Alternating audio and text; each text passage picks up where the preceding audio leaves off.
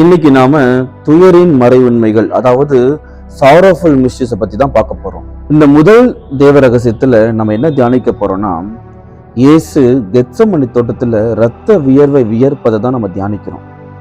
அவர் ரொம்ப அழகா சொல்லியிருப்பாங்க, தந்தையே இந்த துன்ப கிண்ணத்தை என்னிடமிருந்து அகற்றிவிடும், ஆனாலும் உன் விருப்பம் படியே நிறைவேறட்டும் சொல்லிட்டு ரொம்ப அழகா சொல்லியிருப்பாங்க. நாமளும் நிறைய விஷயங்கள் யோசிச்சு வச்சிருப்போம், கனவு கோட்டை கட்டி வச்சிருப்போம். ஆனா என்னுடைய எண்ணங்கள் இறைவனுடைய எண்ணத்தோடு ஒத்து போதான்றத நம்ம தியானிக்கணும். இரண்டாவது தேவ ரகசியம் என்னன்னு பார்க்கும் பொழுது, இயேசுவை கல்தூணில் கட்டியுண்டு அடிக்கிறார்கள். நம்ம வாழ்க்கையில பல அடிகள் விழுந்தாலும் இயேசுவை போல தைரியமா ஏஞ்சி நிற்கணும்.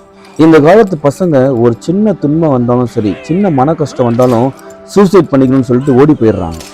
ஆனா இயேசு நமக்கு எல்லாமே ஒரு முன்மாதிரியா இருந்து தைரியமா ஏஞ்சி நிற்கிறாரு. அது மாதிரி நாமளும் தைரியமாக இருக்கும். மூன்றாவது தேவ ரகசியம் என்னன்னு பார்க்கும் பொழுது, இயேசு அரச மகுடத்தை தூக்கி போட்டுட்டு நாம செஞ்ச பாவத்திற்காக முள்முடியை ஏற்றுக்கொள்கிறார். அதுதான் இந்த 10 மணில நம்ம தியானிக்கிறோம்.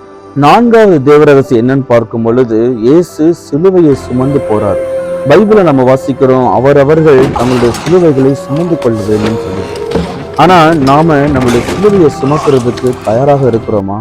யோசிச்சு பாரு. ஐந்தாவது தேவ ரகசியம் என்னன்னு பார்க்கும் பொழுது, இயேசு சிலுவையில ஆணியால் அறையப்பட்டு ஈட்டியால் குத்தப்பட்டு நமக்காக செத்து போனார். அவர் அவருடைய வாழ்க்கையை நமக்காக கொடுத்தாரு. நாம நம்ம வாழ்க்கையை அவருக்காக கொடுக்கிறோமா?